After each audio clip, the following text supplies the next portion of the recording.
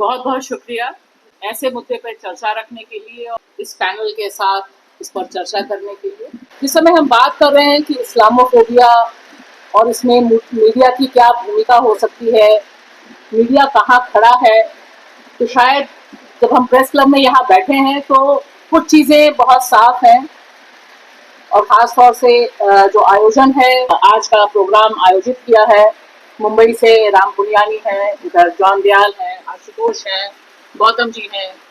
अशोक हैं। तस्वीर तो हमारे सामने बहुत साफ है। इसको हम कैसे देख रहे हैं और देखकर हम इसके लिए क्या सोच रहे हैं, वह बहुत इम्पोर्टेंट हो जाता है। क्योंकि इस्लामोफोबिया एक ऐसी रियलिटी है, एक ऐसी हकीकत है जो एक बहुत बड़ी सीमेंट की दीवार की तरह हमारे और लोकतंत्र के बीच खड़ी है। और इसकी नींव कब पड़ी थी, कैसे पड़ी थी? निश्चित तौर पर इसकी नींव 2014 से बहुत पहले पड़ी थी। यहाँ पर जितने लोग हैं तकरीबन उसके अलग अलग समय के गवाह रहे हैं। लेकिन एक ड्रास्टिक चेंज 2014 के बाद भारत के लोकतंत्र में, उसकी जमहूरियत में आया है। वह यह आया है कि जो माइनॉरिटी से नफरत है वह अब धीरे धीरे रूल ऑफ लॉ होती जा रही है, धीरे धीरे वही गवर्निंग फैक्टर होती जा रही है। और इसकी एक लंबी क्रोनोलॉजी भी है। हमारे देश के गृह मंत्री अमित शाह जी बहुत सी चीजों की क्रोनोलॉजी समझाते रहते हैं, बस ये नहीं समझा पाते हैं कि 2025 में जब आरएसएस के 100 साल पूरे हो रहे हैं, ये हमें ध्यान रखना बहुत जरूरी है। 2025 में हम बैठे हैं, आरएसएस के 100 साल पूरे हो रहे हैं और आरएसएस के जितने एजेंडे, उनके घोषित एजेंडे थे, तकरीबन वो सारे पूरे हो चुके हैं। और जो नहीं पूरा हो चुका है उसके बारे में माना जा रहा है कि अंडर करंट यही है कि देश को हमने कमोबेश हिंदू राष्ट्र बना दिया है। लोकतंत्र के जितने खंभे हैं उन खंभों को मटियामेट करके एक तरह से एक दिशा में right wing shift Indian politics का इंडियन इकोनॉमी के साथ हुआ है। यह भी समझने की जरूरत है कि इसमें अर्थव्यवस्था, कॉरपोरेट का जो तालमेल है या उसका जो अलायंस है वो बहुत तगड़ा है। अगर हम इसको नहीं समझेंगे तब यह समझना बहुत मुश्किल हो जाएगा कि हर त्योहार में, हर आयोजन में यह क्यों कोशिश होती है कि मुसलमानों से जुड़े कारोबार पर चोट पहुंचाई जाए, क्योंकि वह भी एक कम्युनल नेचर की इकोनॉमी को विकसित करना उनका बुनियाद है। और इसका एक्सपेरिमेंट सबसे पहले, सबसे ठोस रूप में उन्होंने कश्मीर में करना शुरू किया था कि कश्मीर का जो मुसलमान है वो डरता नहीं है, वो यूपी की तरह नहीं है, बाकी जगहों की तरह नहीं है, वो संपन्न है। उसकी इकोनॉमी पर कैसे कब्जा करना है। और इसलिए आप देखेंगे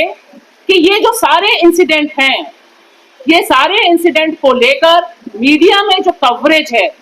और हम निश्चित तौर पर मानते हैं ये डिबेट आज की तारीख में बेमानी है कि मेन स्ट्रीम क्या है और वैकल्पिक मीडिया क्या है। क्योंकि आज अगर आप चुनाव कवरेज के लिए जाएं, रिपोर्टिंग के लिए जाएं, जितने पत्रकार, सहाफ़ी यहाँ पर मौजूद हैं वे सब जानते हैं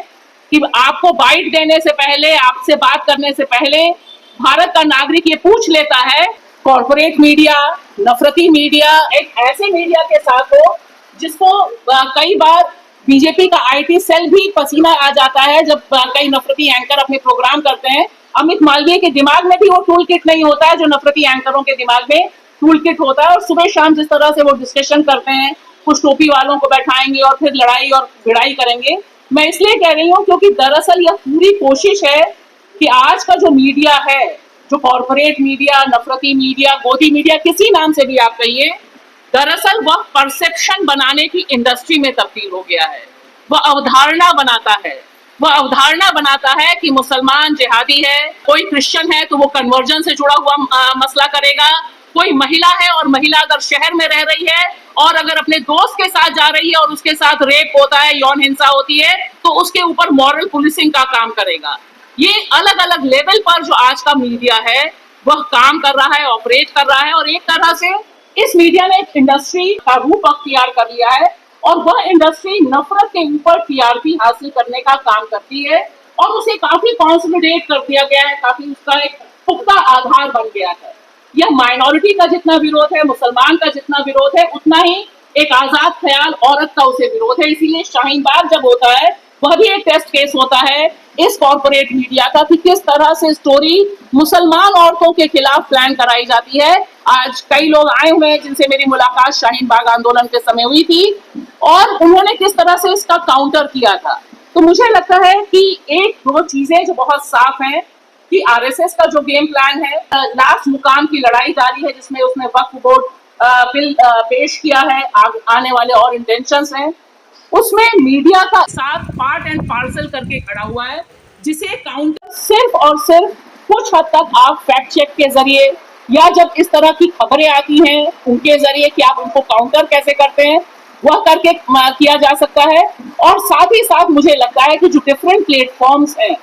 जहां पर उनके बारे में असलियत क्या है, जमीन पर खबर क्या है, क्योंकि देखिए संभल एक टेस्ट केस है। वक्फ बोर्ड पर जब मुसलमान शांतिपूर्ण ढंग से दाहिने हाथ पर काली पट्टी बांध कर जाता है और उस पर 300 से अधिक केसेस होते हैं और उसकी कवरेज आप उठा के देख लीजिए, उसकी कवरेज की भी एक लिमिटेशन है।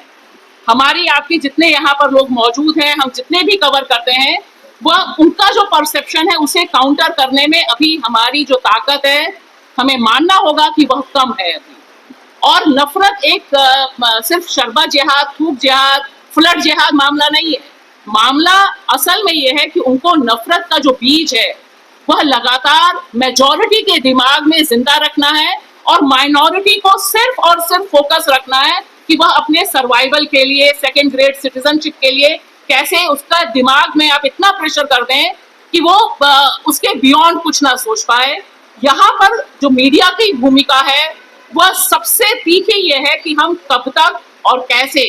जो सच बोल रहे हैं, जो हो रहा है ग्राउंड में, उसकी रिपोर्टिंग करें। और इसमें मैं खाली अंत में ये कहना चाहूंगी, इस्लामोफोबिया को हम में से कितने ने कोशिश की कि यह एंटी कॉन्स्टिट्यूशन है, कितने आर्टिकल्स हैं, कितने डिबेट्स हैं, क्योंकि बुनियादी तौर पर भारत का जो आईन है, भारत में जो फंडामेंटल राइट्स हैं, वह उसका आर्टिकल 25 से लेकर 29 तक तमाम फॉर्म्स में राइट टू रिलीजन देता है। आपको धर्म के आधार पर जिंदा रखने में भेदभाव ना हो, इस आधार पर जिंदा रहने, आगे बढ़ने की एक पूरी की पूरी छूट मिलती है, अधिकार मिलता है। सवाल यह है कि ये जो पूरा का पूरा टर्म है, इस टर्म के खिलाफ हम बाकी जो मूवमेंट चल रहे हैं, बाकी जो आंदोलन है, आइन को बचाने का आंदोलन है, कॉन्स्टिट्यूशन को बचाने का आंदोलन है, इसे हमें इक्वेट करना जरूरी है। मामला सिर्फ माइनॉरिटी या सिर्फ मुसलमान या कल सिर्फ ईसाई का नहीं है या सिर्फ महिला का नहीं है। सवाल यहाँ पर बड़ी लड़ाई का है और उस बड़ी लड़ाई का एक हिस्सा बहुत इंपॉर्टेंट हिस्सा है, क्योंकि अगर इस्लामोफोबिया भारत में सक्रिय होता है, इस पर सीमेंट, इमारत पर इमारत जैसी बनती जा रही है, तब यह तय माना जाना चाहिए कि देश में कॉन्स्टिट्यूशन की मॉरल वैलिडिटी नहीं रहेगी। आज की तारीख में वह बड़े खतरे में है। लिहाजा हम किस तरह से क्वाइन कर रहे हैं, हम किस तरह से चीजों को पेश कर रहे हैं, फैक्ट फाइंडिंग्स तमाम आंदोलनों में होती हैं, तमाम बुलडोजर के खिलाफ हस्तक्षेप होता है। यहीं पर हमने प्रेस कॉन्फ्रेंसेस की हैं, यहाँ बैठे हैं, लेकिन उसके बावजूद जो नफरत बनाने वाली फैक्ट्री है, जिसका एक बड़े पैमाने पर हिस्सा मीडिया है, मेन स्ट्रीम मीडिया है, उसका काउंटर अभी जमीन पर, तो ये हमें मानना होगा कि हम उसका काउंटर करने की रणनीति सबसे पहले ये कर सकते हैं कि जब इस तरह की खबरें, इस तरह के शोज आते हैं, तो क्या हम चुनकर इस तरह की जो फर्जी खबरें हैं, नफरत फैलाने वाली खबरें हैं, उनके खिलाफ एक पब्लिक में अपने सोशल प्लेटफॉर्म पर एक मिशन के तौर पर चलाया जा सकता है क्या कि ये जो खबर है यह गलत है, इस खबर के आधार पर जो दंगे हो रहे हैं उनका दंगे कराने की तैयारी है, मुसलमानों को डीह्यूमनाइज करने की तैयारी है, और सबसे बड़ी बात डीफ्रेंचाइज करने की जो तैयारी है। वक्फ बोर्ड बिल का पास होना दरअसल देश के मुसलमानों को डीफ्रेंचाइज करने की तैयारी है, तैयारी की दिशा में उठाया गया बड़ा खतरनाक कदम है। लिहाजा आज की तारीख में बड़े पैमाने पर छोटे बड़े प्लेटफॉर्म्स के जरिए इस्लामोफोबिक मैसेज का काउंटर करते हुए इसको कनेक्ट करना, जमहूरियत की बचाने की जो लड़ाई है, कॉन्स्टिट्यूशन बचाने की जो लड़ाई है, बाकी जो लड़ाइयां चल रही हैं उससे कैसे हम कनेक्ट कर सकते हैं ताकि यह एक ब्रॉडर इशू के रूप में हो। उनकी मंशा ये है कि हम छोटे छोटे हिस्सों में रहें। एक पत्रकार मार डाला जाए, छत्तीसगढ़ में एक पत्रकार की उत्तर प्रदेश में लगातार आप देखिए पत्रकारों की हत्याएं हो रही है, एक के बाद एक हत्याएं हो रही हैं, लेकिन उस पर एक बड़ी कंसेंसस नहीं बन पाती है। कोशिश ये होनी चाहिए कि इस बड़ी लड़ाई को